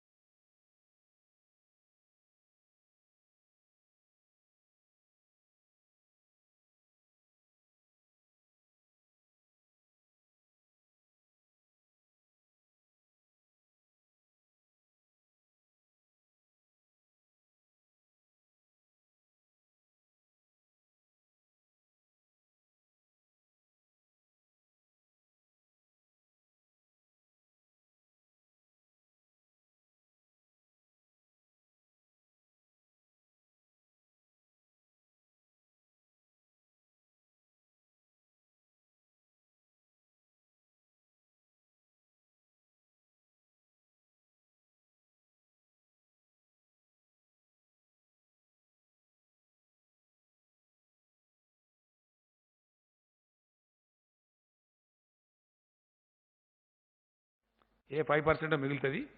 మే 5వ తేదీ నుంచి మీరు ఫర్టిలైజర్స్ కొనుగోలు చేసుకోవాలి. మీకు సర్కార్ డబ్బులు కూడా ఇస్తూ ఉంది, చెక్స్ కూడా వస్తాయి. కాబట్టి ఆ డబ్బులు తీసుకొని ఎరువు బస్తాలు కూడా లూజు కొనుక్కొని పోతూ ఉండాలి. వర్షాకాలం ఎంతో దూరం లేదు, జస్ట్ 1.5 మంత్లో జూన్లోనే స్టార్ట్ అవుతుంది. కాబట్టి ఎరువుల దుకాణాల కాడ కూడా మళ్ళీ రద్దీ ఏర్పడకుండా, ఎక్కువ మూగకుండా మీ పంటలకు వచ్చిన డబ్బులు తీసుకొని మీరు వెంటనే ఎరువుల కొనుగోలు స్టార్ట్ చేయాలని చెప్పి నేను రైతాంగాన్ని కోరుతా ఉన్నా. ఆ విధంగా చేసినట్టయితే రద్దీ లేకుండా కొనుక్కొని పోవచ్చు.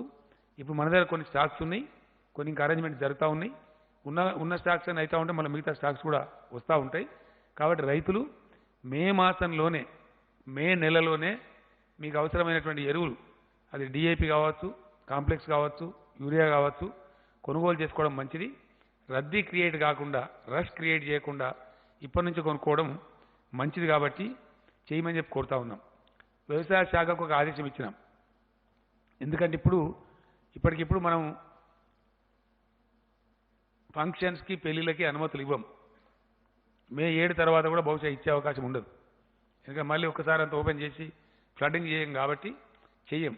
అంటే దాదాపుగా ఇంకో నెల రోజుల దాకా ఫంక్షన్లు ఉండయి, వేడుకలు ఉండయి, ఇవి కూడా ఉండయి. కాబట్టి ఫంక్షన్ హాల్స్ దండిగా ఉన్నాయి మన రాష్ట్రంలో, గోడౌన్స్ తక్కువ ఉన్నాయి. కాబట్టి ఒక్క నెల కోసమే. కాబట్టి ఈ ఎరువులను నిల్వ చేయడానికి అన్ని మ్యారేజ్ హాల్స్ను సీజ్ చేసి వాటిని వాడుకోమని జిల్లా కలెక్టర్లకు ఆదేశం ఇచ్చినాం. కాబట్టి ఎక్కడికక్కడనే మండల కేంద్రంలో కానీ, తాలూకా కేంద్రంలో కానీ చాలా ఫంక్షన్ హాల్స్ ఉన్నాయి. అక్కడ పెట్టుకోండి.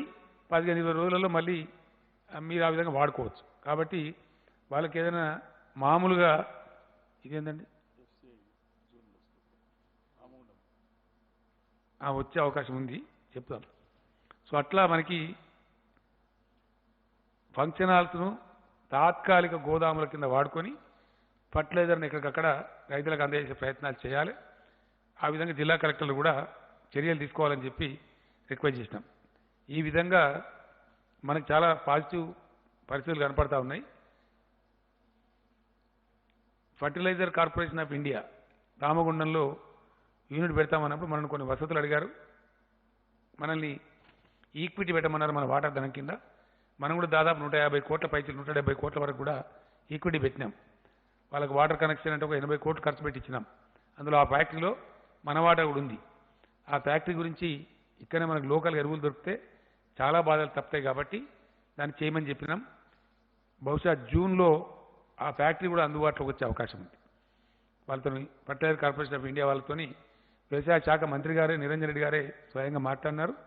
మోస్ట్ లైక్లీ జూన్లో ఉత్పత్తి ప్రారంభమయ్యే అవకాశం ఉంటుంది. అప్పుడు మనకి ఇంకా కూడా ఎరువుల కొరత బాగా తీరిపోతుంది. ఎక్కడి నుంచో ఉత్తర భారతం నుంచి అక్కడి నుంచో రావడం కాకుండా ఈ విధంగా మన రాష్ట్రం యొక్క ఎరువుల వాడకాన్ని, ముఖ్యంగా యూరియా వాడకానికి అది చాలా మనకు ఉపయోగపడేటువంటి ఆస్కారం ఉంటుంది. ఇట్లా రాష్ట్రాన్ని కాపాడుకుంటూ, అన్ని రంగాలను కూడా కాపాడుకుంటూ, అన్ని రకాల ప్రజలను కాపాడుకుంటూ ముందుకు పోవాల్సిన అవసరం దృష్ట్యా ఇది మనం ఈ రకమైనటువంటి నిర్ణయాలు తీసుకున్నాం, ముందుకు పోతూ ఉన్నాం. కాబట్టి దయచేసి ప్రజలకు నేను పదే విజ్ఞప్తి చేస్తూ ఉన్నా, ఇది ఇంకింత కఠినంగా లాక్డౌన్ అమలు చేయాలి, మరింత కఠినంగా. బయటికి వచ్చే వాళ్ళు రాకండి. ఇప్పటికే చాలా కేసులు పెట్టినారు పోలీసులు, చాలా వాహనాలు సీజ్ చేసినారు. దాదాపు 35-40 వేల వాహనాలు కూడా 60 అండి 50,000 వాహనాలు కూడా సీజ్ చేసినారు. ఎందుకు అనవసరంగా బయటికి రావడం ఎందుకు, ఆ సీజర్ ఎందుకు? కాబట్టి అత్యవసరం ఉన్న వాళ్ళకు ప్రభుత్వమే కొన్ని పాసులు ఇస్తూ ఉన్నారు, కొంత అవకాశం కల్పిస్తూ ఉన్నారు. కాబట్టి దయచేసి ఇళ్ళ నుంచి రాకండి. వ్యాధి మన దగ్గర తగ్గుతున్నా కూడా తగ్గడం లేదు, సమాన స్థాయిలో ఉంది. ఏ మూలకి ఏ విపత్తు వస్తుందో తెలియదు. అనవసరంగా పూసుకుంటే ఇబ్బంది వస్తుంది. ఇలాగ జొమాటో, ఇంకోటి ఏంటది స్విగ్గీ దాన్ని మూసేసినామంటే మాకు సంతోషం లేదు. దాని మీద కూడా ప్రభుత్వానికి వచ్చే ట్యాక్స్ పోతుంది. యాక్చువల్గా వాళ్ళు పోతే సేల్స్ ట్యాక్స్ వస్తుంది మనకి ప్రభుత్వానికి, అది ప్రభుత్వం నష్టపడుతుంది. కానీ మూసిన కారణం ఏంటంటే ఆ ఢిల్లీ ఉదాహరణ చూస్తే భయపడతా ఉంది. అనవసరంగా ఎవరు నలుగురికి అంటుకుంటే మళ్ళీ అది 100 మందికి 1000 మందికి పోతే చాలా ప్రమాదం వచ్చే ఆస్కారం ఉంటుంది. కాబట్టి ఈ చర్యలు ఎవ్వి ప్రభుత్వం తీసుకున్నా దయచేసి ప్రజల యొక్క క్షేమాన్ని, ప్రజల యొక్క మేలును దృష్టిలో పెట్టుకొని చేస్తారు తప్ప వేరే ఉద్దేశం కాదు. కాబట్టి అందరూ కూడా సహకరించాలి. ఎక్కడైనా ఇంకేమైనా లోటుపాట్లు ఉన్నట్టయితే, ఇంకా కూడా సహాయం చేరకుండా ఉన్నట్టయితే ఇంకా కూడా ఏదైనా ప్రభుత్వ సహకారం మీకు అవసరం ఉన్నట్లయితే వెంటనే డయల్ 100కి ఫోన్ చేయండి. మీ దగ్గర ఉండేటువంటి మీ శాసనసభ్యులకు తెలియజేయండి, మీ సర్పంచ్లకు తెలియజేయండి, దాంతోపాటు అధికారులకు తెలియజేయండి, మీ జిల్లా కలెక్టర్ గారికి తెలియజేయండి. తప్పకుండా ప్రభుత్వం మీకున్న కష్టాలు తొలగించడానికి అన్ని ప్రయత్నాలు చేస్తుంది. కాబట్టి ఆ రకంగా ముందుకు పోదాం. ఈ కరోనా బారి నుంచి మనల్ని మనం కాపాడుకుందాం. కాబట్టి ధైర్యంగా ఉంటూ పెద్దలందరూ కూడా ఇప్పటికీ చాలా మంచి పని చేస్తూ ఉన్నారు. చాలా ప్రభుత్వం బాగా చేస్తుందని అభిప్రాయంతో ఉన్నారు. కాబట్టి అదే విధమైనటువంటి ప్రజలు ప్రభుత్వం కలిసి గట్టిగా దీన్ని ఎదుర్కొంటే ఈ ఉత్పాతం నుంచి, ఈ ప్రమాదం నుంచి మనల్ని మనం రక్షించుకోవచ్చు. నేను మళ్ళొక్కసారి గుర్తు చేస్తా ఉన్న ప్రజలకి, దీనికి ఇప్పటికీ ప్రపంచంలో మందు లేదు. ఉపశమన చర్యలకు వాడే హైడ్రాక్సీ క్లోరోక్విన్, జ్వరం తగ్గించడానికి అదే పారాసిటమాలు, టెంపరేచర్ తగ్గించడానికి తప్పితే అజిత్రోమైసిన్ అని ట్యాబ్లెట్లు అవి తప్ప నిర్దిష్టమైనటువంటి మందు దీనికి లేదు. దీని మళ్ళీ నేను మే 5th ఇంకా డీటెయిల్గా చెప్తాను. ఇప్పటిదాకా మందు లేదు. ఇంకా కొన్ని విషయాలు చాలా ఆశ్చర్యంగా ఉన్నాయి. ఎందుకంటే చాలా తమాషా జరగబోద్దని చెప్తా ఉన్నారు. కాబట్టి వ్యవసాయం జరగాల, ఆ వ్యవసాయం కూడా దయచేసి విడివిడిగా ఉండాలా. ఒక మాట చెప్తాను నేను ముగించే ముందు. ఈరోజు ఇండియా 135 కోట్ల జనాభా ఉన్న భారతావనికి అన్నం పెట్టగలిగేటువంటి దేశం ఏదైనా ఉందా ప్రపంచంలో? లేదు.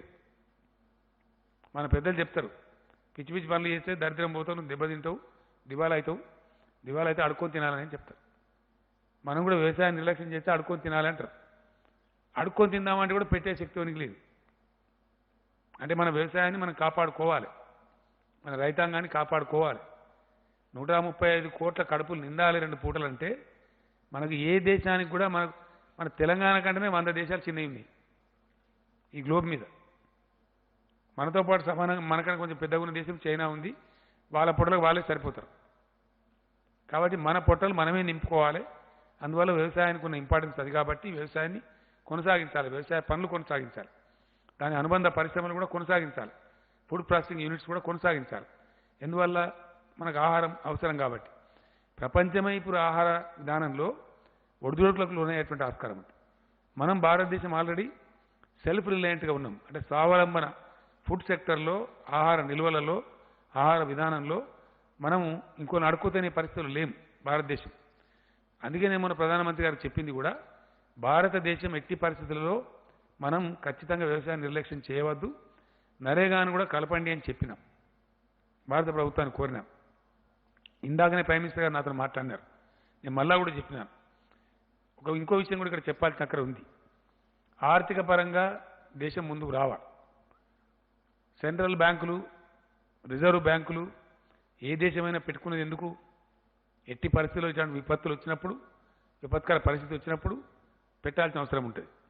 మళ్ళా ఒకసారి నేను అప్పీల్ చేస్తా ఉన్నా భారత ప్రభుత్వానికి, ఈ దేశంలో ఫిస్కల్ పాలసీ మీ చేతుల్లో ఉంది, రాష్ట్రాల చేతుల్లో లేదు. దేశ విత్త విధానం, దాని కరెక్ట్ తెలుగులో చెప్పాలంటే దేశం యొక్క విత్త విధానం, కంట్రీస్ ఎకనామిక్ పాలసీ కేంద్రం తన ఆధీనంలో పెట్టుకున్నది. కేంద్ర ఆధీనంలోనే అది ఉంది కాబట్టి ఏం చేయాలన్నా కేంద్రం చేయాలి. కాబట్టి సత్వరమే కేంద్రం నిర్ణయాలు తీసుకున్నాం. ప్రైమ్ మినిస్టర్ గారిని ఇప్పుడు కూడా కోరినాం. Even now I have requested the honourable prime minister, వెంటనే FRBM పెంచండి రాష్ట్రాలకు. అది మీ మీద పడే భారమేం కాదు, రాష్ట్రాలే తిరిగి తీర్చుకుంటాయి. ఇప్పుడు అవసరం, ఇప్పుడు మేము జీతాలు ఇవ్వలేక బాధపడతా ఉన్నాం, వాళ్ళు అర్ధాకలితో ఉంచుతున్నామా ఉద్యోగస్తుల్ని. చాలా చాలా కంజెషన్, ఎందుకంటే భవిష్యత్తు ఏందో తెలియదు కాబట్టి చాలా చూసుకొని నడవాల్సి వస్తూ ఉన్నది. అత్యవసర విభాగాలు కొనసాగాల, వాళ్ళు కష్టం రిస్క్ తీసుకొని పనిచేస్తున్నారు కాబట్టి వాళ్ళని కొంచెం ప్రోత్సహించాలా. ఇవన్నీ బ్యాలెన్స్ చేసుకొని పోవాలి. ఇది చాలా కష్టంతో కూడుకున్న పని. కాబట్టి నేను మొన్న చెప్పిన క్వాంటిటేటివ్ ఈజింగ్ హెలికాప్టర్ మనీ అని చెప్పిన, అది కొందరికి అర్థమైంది, కొందరికి అర్థం కాలేదు.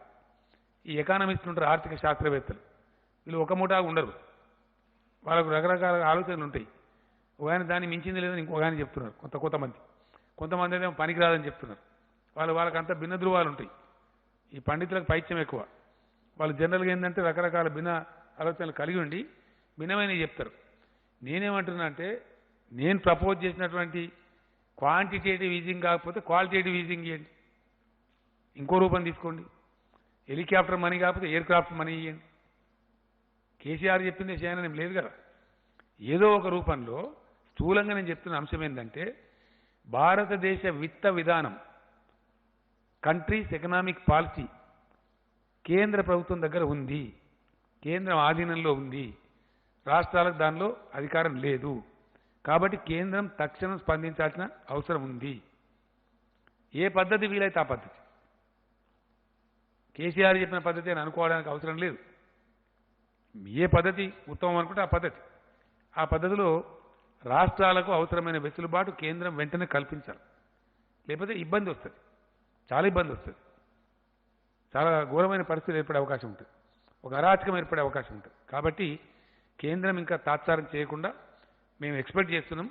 ప్రైమ్ మినిస్టర్ గారు కూడా నాకు ఇప్పుడు ఆశాభంగానే మాట్లాడినారు. చేస్తున్నాం, మా ప్రయత్నం అంతా మేము చేస్తున్నాం వారు కూడా చెప్పారు. చాలా పాజిటివ్ నిర్ణయాలు కేంద్రం నుంచి వస్తాయనే మేము ఆశతో ఉన్నాం, ఎదురు చూస్తూ ఉన్నాం. ఆ విధంగా చూద్దాం పరిస్థితులు ఏ విధంగా వస్తాయో, దాన్ని బట్టి ముందు ముందు మనం కూడా నిర్ణయాలు తీసుకుంటాం. Thank you. ఆయన కానీ కదా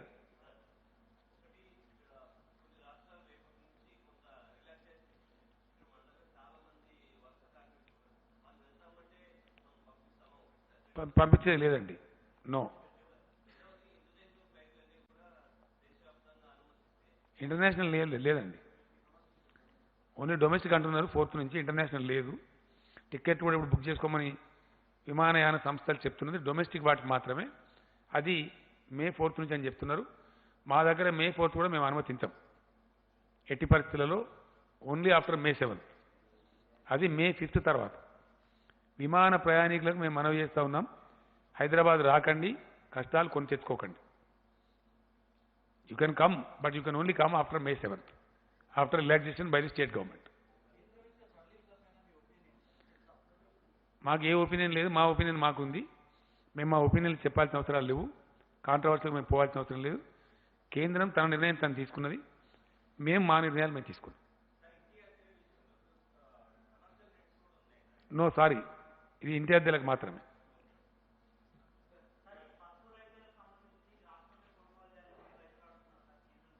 గతంలో ఎప్పుడు కొనుగోలు చేయలేదు, అదేమంతా భారీ పంట కాదు, అది పరిశీలిస్తాం. Wheel examine.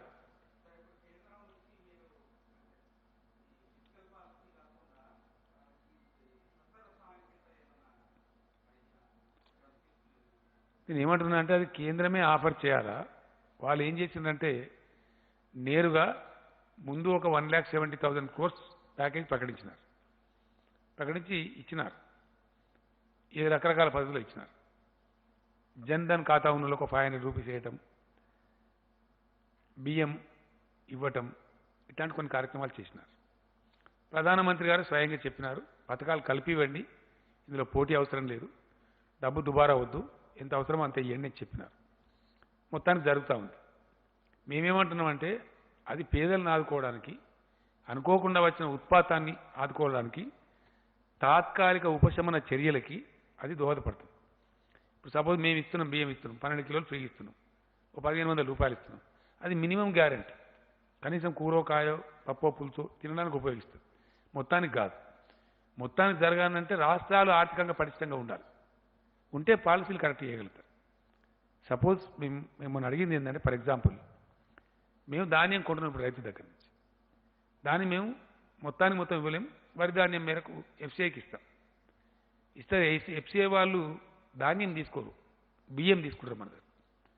దాని కస్టమైజ్డ్ మిల్లింగ్ ఎఫ్సీఐకి ఏ గ్రేడ్లో అవసరం ఉంటుందో ఆ స్థాయికి మిల్లింగ్ చేసి మనం ఇవ్వాలి. ఇదంతా ప్రాసెస్. ఇదంతా అయిపోయి చివరి రూపాయి మనకు రావడానికి ఎఫ్సీఐకి మనం ఇస్తే, ఎఫ్సీఐ మనకిచ్చే ఈ మధ్యలో ఒక 4, 5, 6 నెలలు పడుతుంది.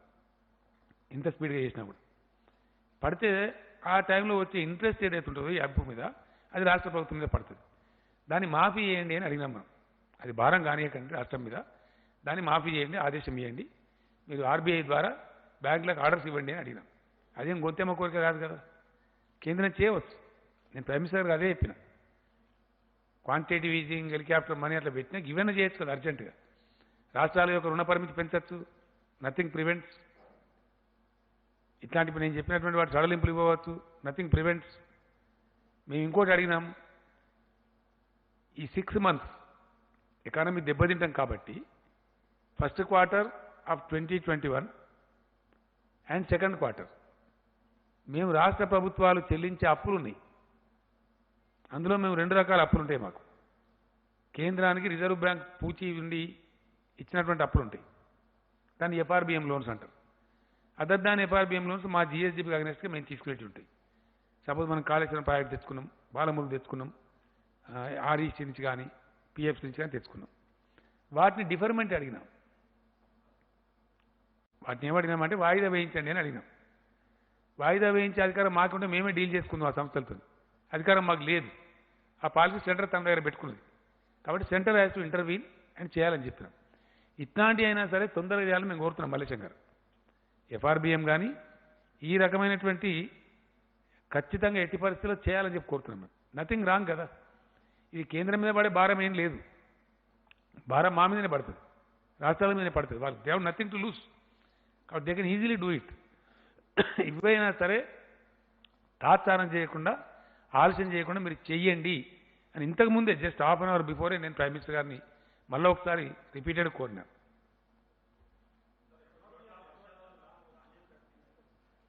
అన్ని కొంటామండి, దానికి ఏం సిల్లి. అది ఎంత పెద్ద 1 కోటి టన్నులు కొనేటప్పుడు అది ఏముంటుందండి అని అయితే అనుభూతి పెద్ద. ఒక రోజు ఆరబెట్టి మళ్ళీ కొనేస్తారండి పెద్ద. నాకు తెలిసి లిమిటెడ్గా నడుస్తున్నట్టున్నాయి, దానిలో చూడలేదు, దాన్ని పరిశీలన చేయాలి. నాకు ఐడియా లేదు. చేయమండి, అవసరం లేదు. ఎందుకంటే ఇష్టమైన అడగోలుగా చేస్తే నేను మొన్న కూడా చెప్పినా మళ్ళీ కూడా చెప్తున్నా, టెస్టులకు సంబంధించి ఆల్ ఇండియా యావరేజ్ కంటే మనం చాలా హెడ్ ఉన్నాం. వ్యాధి విస్తరణకు సంబంధించి మనం ఎక్కువ ఉన్నాం, మనం మంచిగా ఉన్నాం. అవన్నీ ఇచ్చిన మీకు వివరాలు మీ పేపర్లో ఉన్నాయి. ఆ క్వశ్చన్లు రావద్దని మీకు పేపర్లు ఇచ్చినాం మేము. డెత్ రేట్లో కూడా మనం చాలా మెరుగ్గా ఉన్నాం. కాబట్టి ఏది పడితే అది అడగోలుగా చేసి ప్రైవేట్కి ఇచ్చి ఇటు ఇచ్చి కొంతమంది కొన్ని అభిప్రాయాలు ఉన్నాయి. కాబట్టి మేము మా కంట్రోల్లోనే ఉంచుకోవాల్సింది. ఇది ప్రత్యేకమైన పరిస్థితి. ఎందుకు మేము గచ్చిబౌలి అర్జెంటుగా 1500 హాస్పిటల్ ఎందుకు తయారు చేసాం? మాకైతే చాలా నియంత్రణ ఉంటుంది, కంట్రోల్ ఉంటుంది. ఒక్క చేమికెళ్ళి 12 వాళ్ళు అంటారు చూడండి మన ఊళ్ళల్లో. అప్పుడు ఏమైందంటే తెలుస్తుంది మనకి ఏం జరుగుతుంది, స్టేటస్ ఏంది, కరెక్ట్ ఏంది, మంచి ఏంది, చెడ్డ ఏంది, కంట్రోల్ ఉంటుంది. మా శక్తి మించినప్పుడు తప్పకుండా ప్రైవేట్ ఇన్వాల్వ్ చేస్తాం.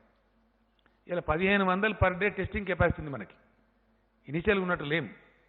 కాబట్టి ఖచ్చితంగా గవర్నమెంట్లోనే టెస్టులు జరుగుతాయి, గవర్నమెంట్లోనే జరుగుతుంది. అత్యవసరం అయితే తప్ప అటువంటిది అవసరం లేదు మనకి ప్రస్తుతానికి. అవసరమైనప్పుడు తప్పకుండా ఆలోచన చేస్తాం. ఒక్కరండి.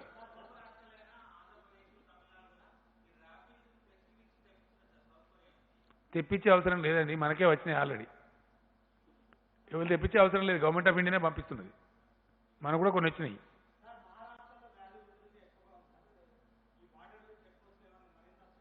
చేసినాం, ఆల్రెడీ చేసినాం. మనకంటే ఎక్కువ ప్రజలే చేసినారు. వాళ్ళకి దండం పెట్టాలి. ఎందుకంటే అన్ని గ్రామాల ప్రజలు కూడా రోడ్లను తవ్వేసిందండి, మాకు రావద్దని చెప్పి. ఇంకా తమాషా ఏంటంటే హైదరాబాద్ నుంచి పోతే ఊళ్ళో కూడా ఊరు వ్యక్తులను కూడా రాణిస్తలేరు. మీకు కూడా తెలిసి ఉంటాయి కొన్ని ఉదంతాలు. అంత కఠినంగా ఉన్నాయి గ్రామాలు. బాగా నియంత్రణ పాటిస్తున్నారు వాళ్ళు.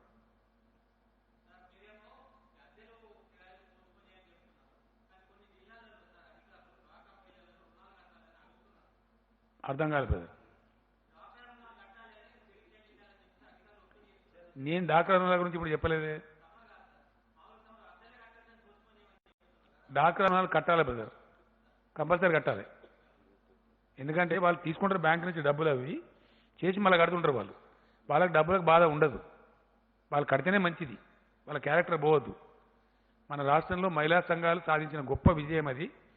99.9% రెగ్యులర్ పేమెంట్స్ ఉన్నాయి. కాబట్టి బ్యాంకులు ప్రభుత్వం 5 లక్షలు చెప్తే 5 లక్షలు ఇస్తున్నారు, 10 లక్షలు చెప్తే 10 లక్షలు ఇస్తున్నారు. ఎనీ అమౌంట్ ఇవ్వడం సిద్ధంగా ఉన్నారు. కాబట్టి అది మంచి స్కీమ్ ఉంది, దాన్ని చెడగొట్టద్దు. వాళ్ళు అవసరం ఉన్న కాడికే తీసుకోవాలి. ఇప్పుడు వాళ్ళు దండిగా వాళ్ళకి డబ్బులు అవసరం ఉన్నాయి. ఎందుకు? ఐకేపీ సెంటర్స్ ధాన్యం కొంటున్నారు, వాళ్ళకు కొంత లాభం వస్తుంది. కాబట్టి డబ్బులు కట్టాల్సిందే, కంపల్సరీ కట్టాలి.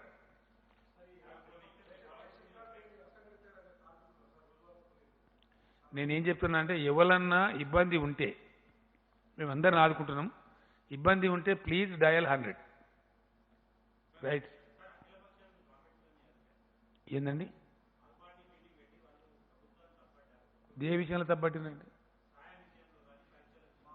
ఏ దానిలో వాళ్ళు ప్రభుత్వానికి వచ్చినప్పుడు చాలా గొప్పగా చేయమని చెప్తామండి. గరీబ్ గారు ఎందుకంటే అనవసరం వాళ్ళు ఏం అర్థం పర్థం ఉండాలి కదా మాట్లాడడానికి. ఇప్పుడు మీకు ఇచ్చిన కాగితం ఉంది కదండి, that is official record.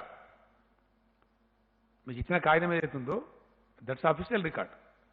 All India గురించి అయితే మేము తప్పు చెప్పలేం కదా, మేము చెప్తాం అనుకుంటారా? We're ahead of all India average. We're much better than so many states. ఈ గవర్నమెంట్ యొక్క పనితనానికి గది నిదర్శనం. ఎవరో ఆపోజిషన్ ఏం ఆపోజిషన్ ఉన్నారు?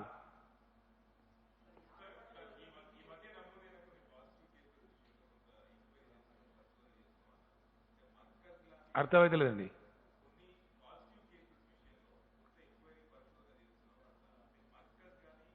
ఏం పరిశోధన లేదు. కంటిన్యూ చేస్తారు కదండి. అది ఒక ట్రావెలిస్ట్ కాదు, మీకు తెలియదు, దానికి చాలా ఉంటాయి బాధలు. ప్రతి కేసుకు చేస్తారు అది. Every case. ఏడ తిన్నాడు, ఎవరింటికి పోయిండు, ఏం తిన్నాడు, హోటల్లో తిన్నాడా, ఏ గ్లాసులో మంచినీళ్ళు దాన్ని కూడా చూస్తారు. అది ఇంకొంత దాంతో మనకు అంటుకుంటారు కదా. చాలా స్ట్రిక్ట్ మెజర్స్ ఉంటాయి, అవి చాలా కఠినంగా చేస్తారు. దానిలో అనుమానమే అవసరం లేదు దయచేసి. ఎవరన్నా కానివ్వండి, అనుమానితులు ఉంటే ఖచ్చితంగా చేస్తారు.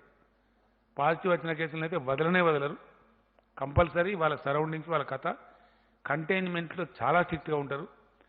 నేను ఎందుకు చెప్తున్నాను దయచేసి మీరు అర్థం చేసుకోవాల్సి ఇక్కడ ఏంటంటే పాయింట్, వ్యాధి ఇక్కడ ఉన్నది ఏం తెలుసున్నానండి. సింపుల్ ఇష్యూ, చాలా సింపుల్. మనం సింప్లిఫై చేద్దాం.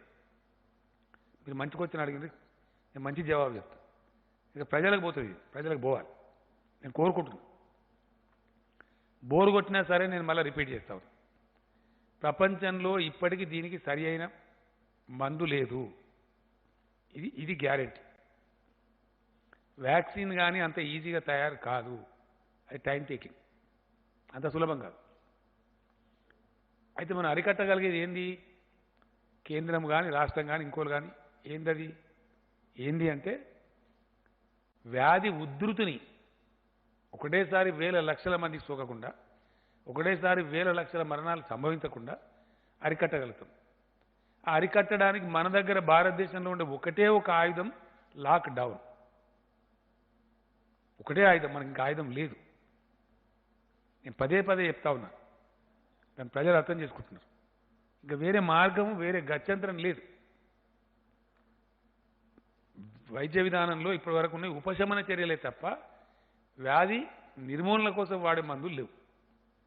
అంటే వ్యాధి మనకు అంటుకోకుండా మనం కాపాడుకోవాలి అంతే. ఇక నేను స్వీయ అంటే వ్యక్తిగత నియంత్రణ.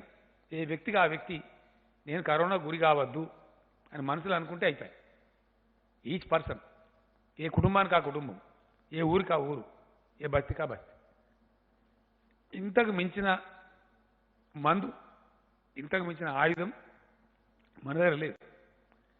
100% సమాజం కనుక ప్రతిజ్ఞ తీసుకుంటే 100% అరికట్టవచ్చు. ఫర్ ఎగ్జాంపుల్ కొన్ని దేశాలు ఉన్నవి, వాళ్ళు స్ట్రిక్ట్గా ఉన్నారు, అక్కడ వ్యాధి ఉధృతిని అరికట్టారు. They are successful. For example ఎవరైతే నిర్లక్ష్యం చేసినారో వాళ్ళు ఇలా పే చేస్తున్నారు. యూరోపియన్ కంట్రీస్, 2-3 కంట్రీస్ మనం వింటున్నాం, మీరు చూస్తున్నారు. నేను ఇందాక చెప్పిన మన దగ్గర 2.44 ఉంది డెత్ రేట్ మన తెలంగాణ అని చెప్పి. కొన్ని దేశాలు 14% ఉన్నాయి, 10% ఉన్నాయి, 13% ఉన్నాయి. వాళ్ళ కారణం ఏంటంటే నెగ్లెక్ట్ చేసిన వాళ్ళు, మేల్కోలే, ఏమవుతుందిలే అని అనుకున్నారు. ఒక్కటేసారి విజృంభించింది. మొన్న ఒక ఫ్రెండ్ చెప్తున్నాడు నాకు, అమెరికాలో ఒక ఇంట్లో అన్నోన్ డెడ్ బాడీస్ ఒక 27 ఉన్నాయి ఒకటే ఇంట్లో. అది ఎంత విషాదం! అది మనుషుల శవాలనా? మున్సిపాలిటీ కుక్కల కన్నా అధ్వానం అయిపోయాయి. ఎవడో గుర్తుపట్టలేని స్థితిలో అంత అధ్వానంగా, అటువంటి దైన్యమైన చావులు రాకూడదు మనుషులకు. అటువంటి స్థితి రావద్దంటే మన చేతిలో ఉన్న ఏకైక ఆయుధం లాక్డౌన్, వ్యక్తిగత నియంత్రణ, కుటుంబ నియంత్రణ, మనకు మనమే. ఇప్పుడు ఫర్ ఎగ్జాంపుల్ చెప్తాను కదా, దయచేసి అనుకోవద్దు. కొంతమంది దుర్మార్గం చేస్తున్నారు అక్కడక్కడ, కొంతమంది పిచ్చిపాళ్ళు బాధితారహితంగా చేస్తారు.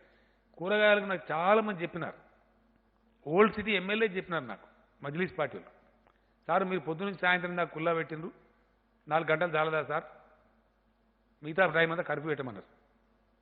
కాదు నాయన మా కర్ఫ్యూ పెట్టడం మాకేం కాయిష్ కాదు, ఉద్దేశం ఏంది, ఎక్కువ పీరియడ్ ఉంటే స్టాగర్ అవుతారు, సడన్ ఒకటేసారి గుంపులు గుంపులు చేరరు, ఆ వెసులుబాటు ప్రజలకు ఉండాలి, ఒకటేసారి పోయి అక్కడ పడద్దు షాపుల మీద అని మనం ఉదయం నుంచి సాయంత్రం దాకా పెట్టుకున్నాం. 7 o'clock నుంచి కర్ఫ్యూ పెట్టుకున్నాం. అది ప్రభుత్వం సదుద్దేశంతో ఇచ్చినప్పుడు దాన్ని అట్లే వినియోగం చేయాలి. కొంతమంది ఉదయం పూట పోవచ్చు, కొంతమంది మధ్యాహ్నం పోవచ్చు, కొంతమంది ఈవినింగ్ 4 o'clock పోవచ్చు. అది బుద్ధిమంతుల తనం ప్రజలే ప్రదర్శించాలి, గృహాల పెద్దలు, కాలనీల పెద్దలు ప్రదర్శించాలి.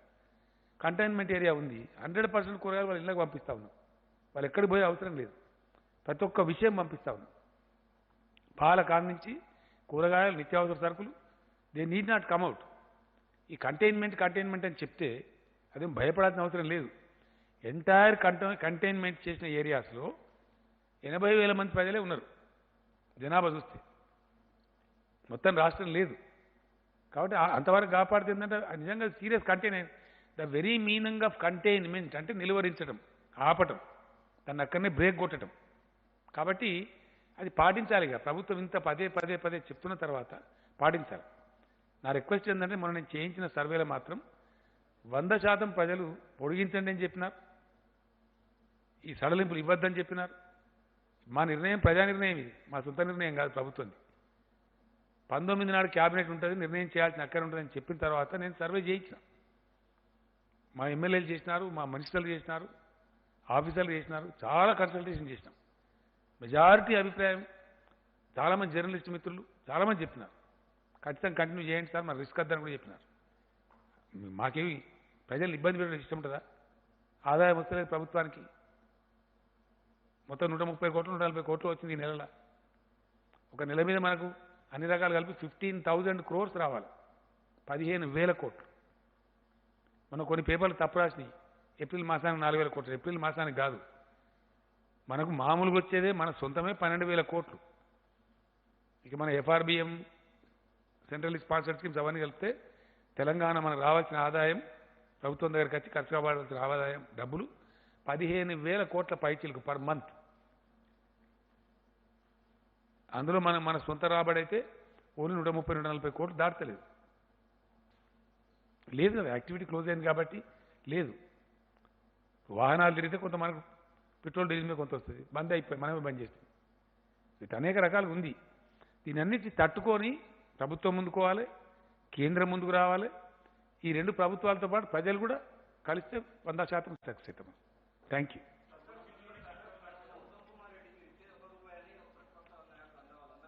ఈ గాల గురించి నేను మాట్లాడదలుచుకోలేదండి. నేనేమంటే మేము మాట్లాడదలుచుకోలేదండి, నో కామెంట్స్. క్యూ కాయకే వస్తుంది అదేం లేదు బ్రదర్, అన్ని అంతరా control. Old city new city ఏం తేడా లేదు, అంతరా కంట్రోల్నే ఉంది. కంటైన్మెంట్ ఎవరు ఉల్లంఘించినా చాలా తీవ్ర చర్యలు ఉంటాయి. No exemption for any religion, anybody, no. లేదండి, ఏం ఆలోచించలేదు. Only May 5th we will take a call on May 5th. May 5th నాటికి ఉండే పరిస్థితులను బట్టి ఆ రోజు నిర్ణయం చేద్దాం. Thank you.